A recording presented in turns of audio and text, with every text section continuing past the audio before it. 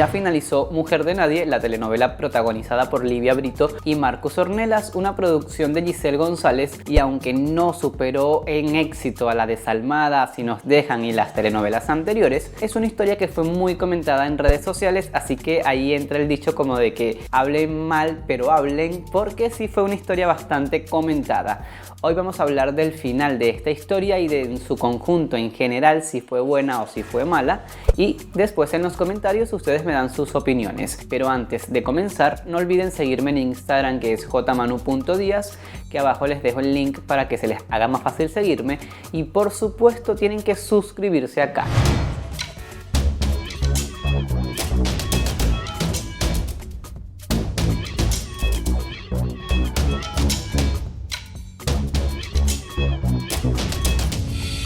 Sin duda, Mujer de Nadie es una versión muy libre, y ese muy libre pónganlo en mayúsculas, porque es una historia muy diferente a lo que fue Amarte es mi pecado, una historia de Liliana But que a la vez está inspirada en un libro y una película, pero que Liliana But logró adaptar o crear su propia versión telenovela muy bien.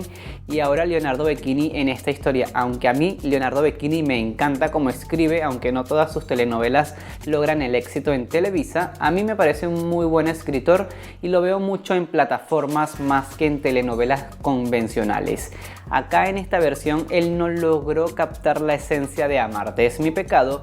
Creo que los 45 capítulos se le hicieron muy pocos para lograr mostrarnos o captar la esencia de esa historia que protagonizó Yadira Carrillo, y como fueron tan pocos capítulos no logró meter lo suficientemente bueno de la historia para que esta fuera igual de interesante.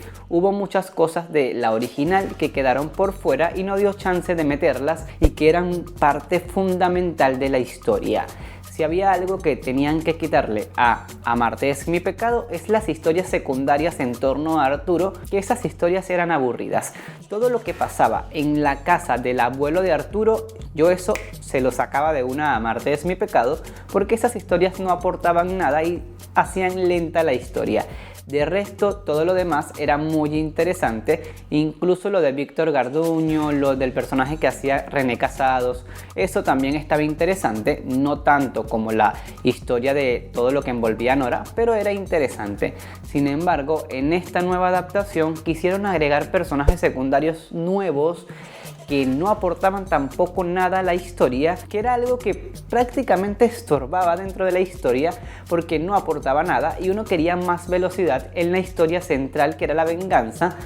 Una venganza que no concluyó en nada, una venganza que se hizo aburrida, una venganza que fue muy lenta, aunque hay que rescatar algo muy interesante en la venganza que a mí me encantó, que era que cada una de las personas de la cual Lucía se iba a vengar recibía una figura en Talavera que simbolizaba el inicio de su fin. Eso me pareció muy espectacular, muy de misterio, daba un suspenso impresionante en la historia, pero ahí concluía, o sea, no se desarrollaba como una historia de terror o de suspenso, porque ese regalo que llegaba me daba mucho a películas de suspenso, pero nunca se concretó ese suspenso alrededor de esa figura y de Lucía, que vendría siendo como la muerte que viene a buscar a esas personas y vengarse de ellos. Pues acá no se concretó y se hizo un tanto aburrida su venganza, pero ya vamos a hablar en otro video aparte de la diferencia entre la venganza de Lucía y la venganza de Nora y cuál se concretó mucho mejor. Pero hay personajes muy rescatables dentro de la historia que siento fueron los que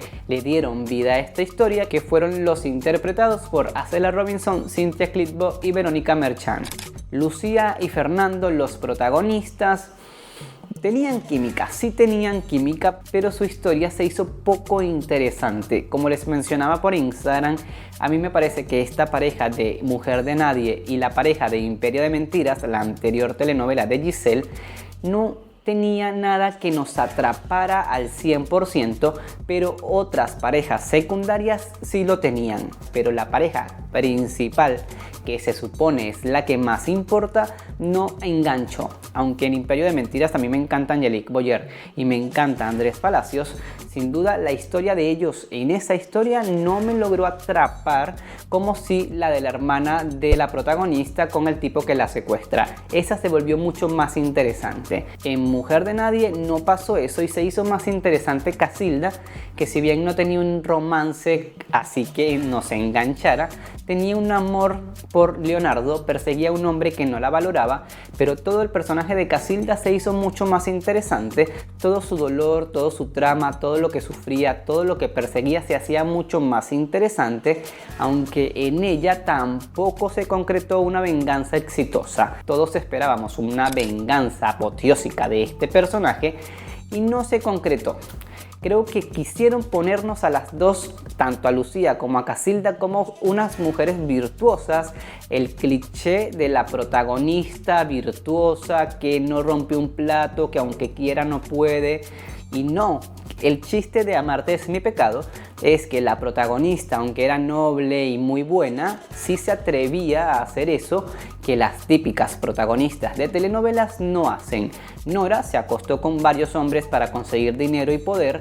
Nora se vengó de mucha gente aunque no era tan mala. Nora humilló a muchas personas aunque ella no era de humillar a otros, pero en su venganza se llevó por medio a quien fuera aunque esto fuese en contra de sus principios.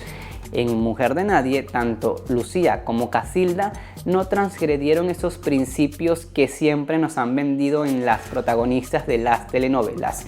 Y si algo tenía esa historia de Liliana Wood, era esto, que aunque era una historia clásica, aunque era una historia rosa, rompía con el cliché de la protagonista virtuosa. Así que el título Mujer de Nadie no le entró a esta historia, no encajó con Lucía Arismendi, sin embargo sí encajaría perfectamente con Amarte es mi pecado. Si yo pudiera cambiarle el nombre a las historias, yo le pondría Mujer de Nadie a Amarte es mi pecado, porque ese nombre iba espectacularmente bien con esa historia y con lo que se convierte la protagonista. Cuando se convierte en Leonora Madrigal, eso de Mujer de Nadie le va a la perfección. Lucía, ese título no le va porque se mantuvo pura y virginal, porque simplemente ella era para un solo hombre. En cuanto a los finales que tuvo cada personaje, creo que cumplieron con todo, cerraron todo, aunque obviamente como en toda telenovela uno va a estar inconforme con uno u otro final, como el de Alejandra. Creo que todos hubiésemos querido que ella viviera, pero no, muere al intentar salvar a su hija. Leonardo termina en prisión porque este personaje creo que fue de los más diferentes con respecto a su versión original.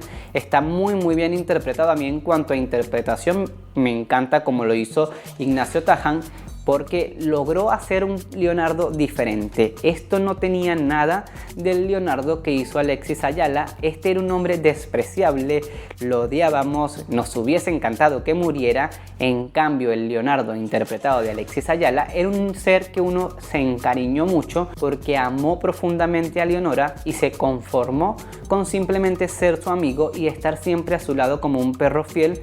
Se casó con Casilda sin quererla, pero jamás la trató ni la mitad de lo malo que Leonardo trató a esta nueva Casilda. Este Leonardo de Alexis Ayala muere y uno sufre con su muerte, algo que no hubiese pasado si el Leonardo de Ignacio Taján muriera. Por eso a mí me encantó cómo él lo interpretó, bordó un personaje totalmente nuevo y totalmente diferente, uno de esos personajes de telenovelas que odiamos, pero que como intérprete lo amamos porque lo hizo tan bien que nos logró transmitir ese sentimiento de odio y de desprecio hacia él. Que no logré entender por qué fue a prisión es el de Alfredo. Les preguntaba por Instagram y varios me decían que por el video de Lucía, que por un fraude, que por Heriberto. Creo que a nadie le quedó claro por qué Alfredo fue a prisión. Me parece que dijeron, este es villano, es malo, va a terminar en la cárcel, vamos, métanlo en la cárcel, no importa, no justifiquemos por qué. Pero yo no recuerdo que lo hayan justificado. Si ustedes recuerdan alguna escena donde justificaron el encierro de Alfredo, pues menciónenlo acá abajo y vamos ampliando y debatiendo en los comentarios. En definitiva, yo le doy a Mujer de Nadie un 7 de 10 porque como historia independiente es una buena telenovela, pero es imposible no compararla con Amarte es mi pecado y es muy difícil llegarle a esa historia.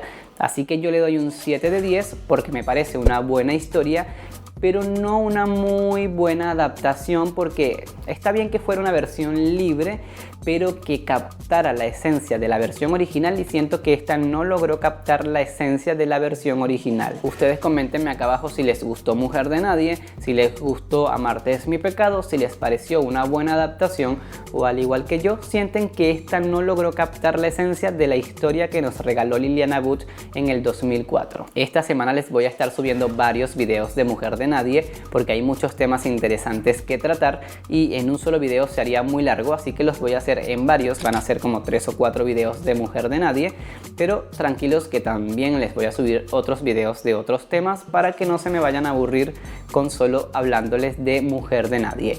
Esta semana les voy a estar subiendo 2 diarios, uno en la tarde, uno en la noche, y así si no quieren hablar más de Mujer de Nadie, pues vean el otro y hablamos de otro tema.